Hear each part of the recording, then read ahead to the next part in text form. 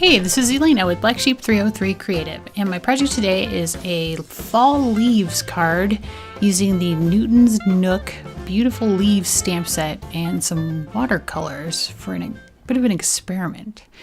So I'll be stamping the stamp set there on the left in Versamark ink onto some Arches hot press watercolor paper. So that means it is smooth as opposed to textured the way cold press watercolor paper is. And I'm going to stamp the leaves with the idea that they are sort of falling from the top of the card down to the bottom, and I'll be embossing them in gold embossing powder. So you kind of see me stamp and then put the embossing powder on and stamp and put the embossing powder on, etc., etc. Until the entire design is covered with embossing powder, and then I will heat set it with my Ranger heat tool to complete the whole thing. And I just want to comment really quick.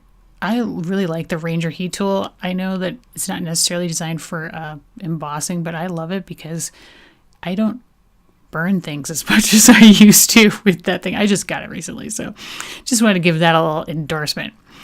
Because you just have to hold it kind of close to get it to finally emboss. It takes a little while, but it does a nice job. So I endorse it. Anyway, so my idea here was I was going to take my water brush with water in it. I don't normally watercolor this way. And I'm taking the color and then I'm going to drop it like I'm squishing out a couple of drops of water onto this leaf. Because what I wanted to do was, you may have seen this with other people where they have they just dip the color in and it blooms out. So when you have a lot of water with watercolors and you add color to it, the color just it spreads sort of very organically into the water, which is sort of called a bloom. So that's kind of what I was going for here. I had some not so great elements, and then I had some better ones. So this is sort of the not so great one. Part of the issue here was that I added too much water, and then I added there's too much color. So I probably should have dabbed up more of the water with my little cloth there on the left, and then added in the orange color. Because my idea was I wanted to get sort of the bloom between the colors. So like that red, the orange, and the yellow that I'm adding now, I wanted them to sort of organically flow together to create that look that fall leaves have, when they're changing, when they go from like sort of dark red to orange to yellow.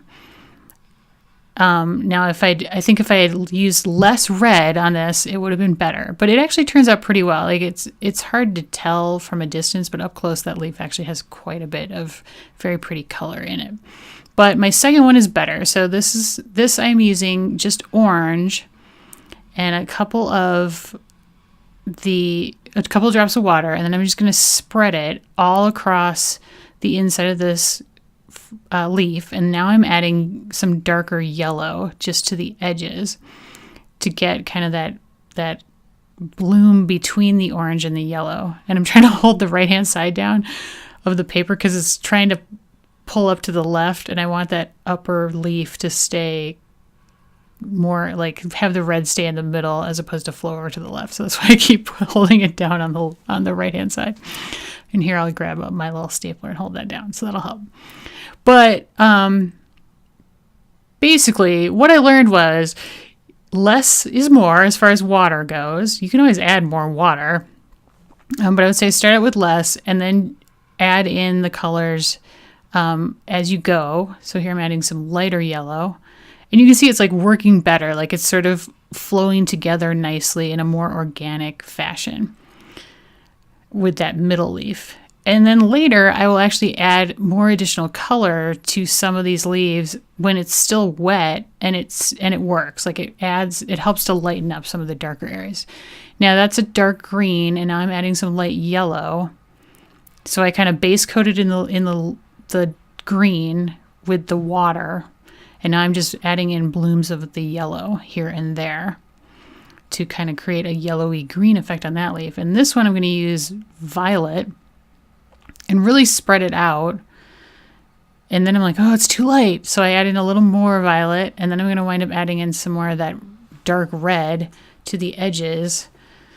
And this leaf actually winds up very dark just because of the two colors, but it's very pretty, like when you see it up close. And hopefully I've got a close-up of that later. But you can see I added a little extra yellow to the edges of that upper right leaf, and you can see as it's drying here that it's really kind of cool. You can see the yellow better. And then that was a yellow base with adding orange in the middle, and I'm adding a little more yellow. And there it has dried. And you can see how pretty some of the blend is on those colors.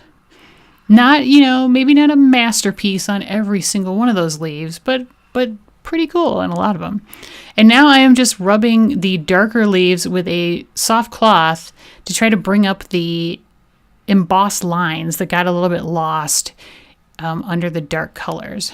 And to emphasize them even more, I am now taking my gold sparkly jelly roll pen and I'm going over the lines that have just been obscured by the dark colors of the watercolors.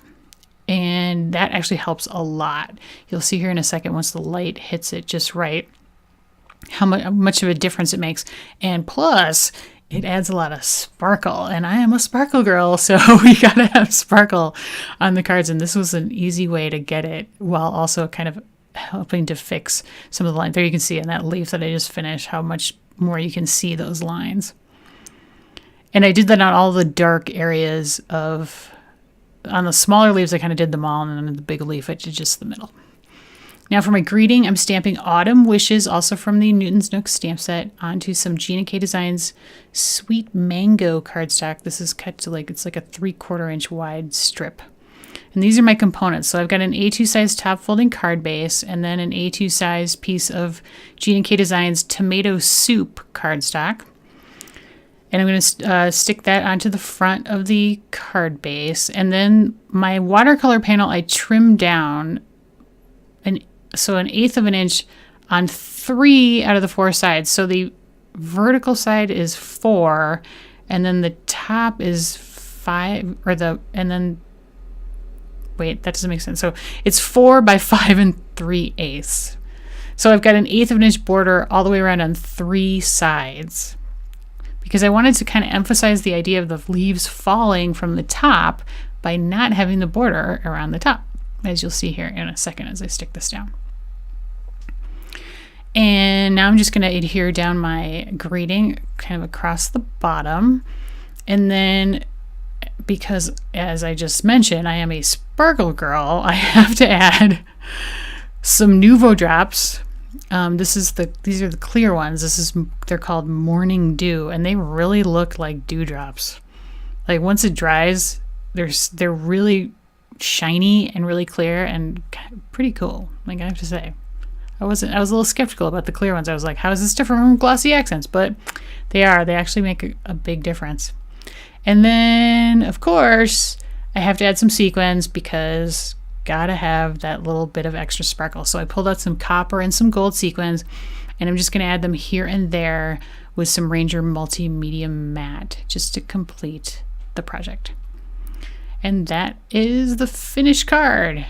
So hopefully I've given you a little inspiration on how to try a new watercolor technique to create some beautiful colors on your fall leaves. That stamp set is also really pretty, very detailed and very fun. And hopefully you can see all the sparkle and the little dewdrops there on the leaves as I turn it back and forth. So, maybe not a complete masterpiece, but I was pretty happy with how it came out, and I liked the effect, and I'll definitely keep trying that and hopefully perfect my technique a little better. And if you guys have any tips, please let me know.